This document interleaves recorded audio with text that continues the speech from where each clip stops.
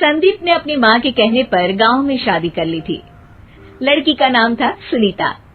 माँ का कहना था एकदम मॉडर्न बहू नहीं होनी चाहिए, लेकिन उन्हें नहीं पता था कि गांव से आने वाली बहू सुंदर सुशील तो होगी और उसको गांव से बाहर भी निकाल लाएंगे, लेकिन उसके अंदर का गांव कैसे बाहर निकलेगा।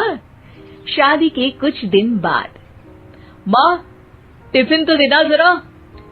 बेटा अब तो स्कूल नहीं ऑफिस जाता है, माँ से नहीं अपनी बीवी से टिफिन मांगा कर। ओके माँ। सुनीता टिफिन ले आओ। 1 किलो टिफिन, इसके अंदर पिस्ता डाल दिया है। पिस्ता?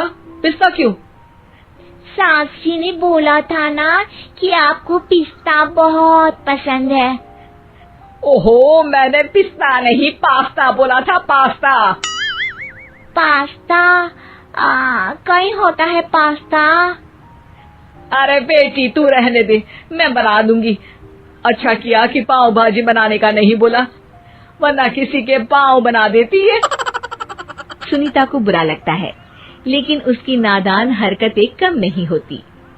ऐसे ही एक दिन, अरे तुमने ये क्या लगाया है? अरे आप वो फूस फूस करके लगाते हैं ना, वही। डियो? कहाँ दियो? किसको दियो?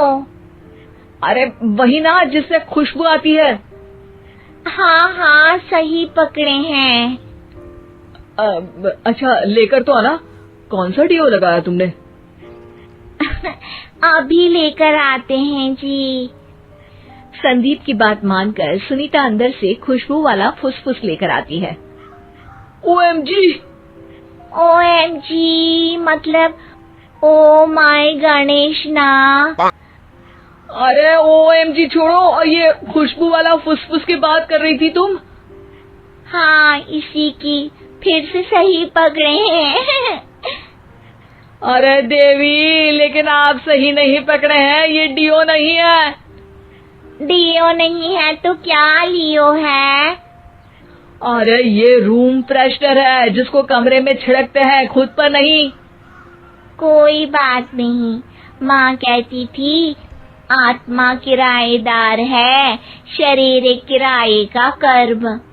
हम शरीर पे ये डाल लिए तो क्या फर्क पड़ जाएगा। अरे बहू, ओ बहू, मेरे लिए फल तो ले आ, फिर मैं बाजार जाऊंगी। सुनीता अपनी सास के लिए फल लेकर आती है। अरे बेटा, पपीता, तरबूज और सेब फल ऐसे कैसे खा लूं? काट कर तो ले आ। माँ जी, मेरे गांव में तो खेत से उठा के सीधा खा लेते हैं। अरे ये तेरा गांव नहीं है ना। अरे संदीप, तू ही कुछ समझा देना इसको बेटा। मैं कैसे समझाऊं माँ, ये तो माइक्रोवेव को भी भट्टी बोलती है। कल मैंने बोला हाय कैसी हो, तो बोलती है किसी को हाय नहीं लगानी चाहिए। अरे सुनीता, तेरा क्या होगा? अभी तो कैसे बताऊं माँ जी, अभी हम कुछ करेंगे फिर पता चलेगा क्या होगा, लड़का या लड़की। हे भगवान, कहाँ से आ गई है? रामपुर से जी, आप ही तो लेकर आए थे मुझे। अरे मुझे माफ कर दो।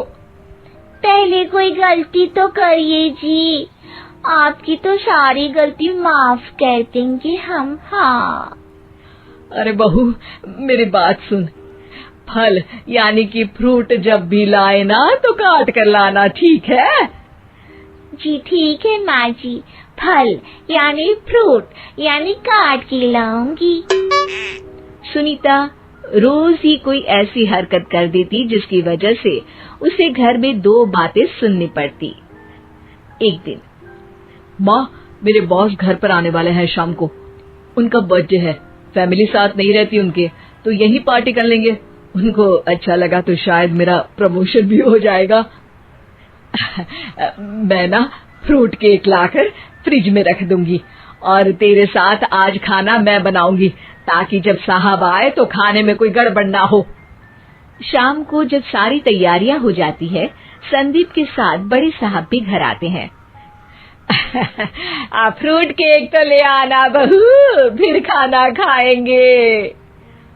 अरे इस सब की क्या जरूरत थी, आपने बुलाया वही काफी है। सर, आपका परिवार शहर में नहीं है तो हम ही आपके परिवार जैसे हैं सर।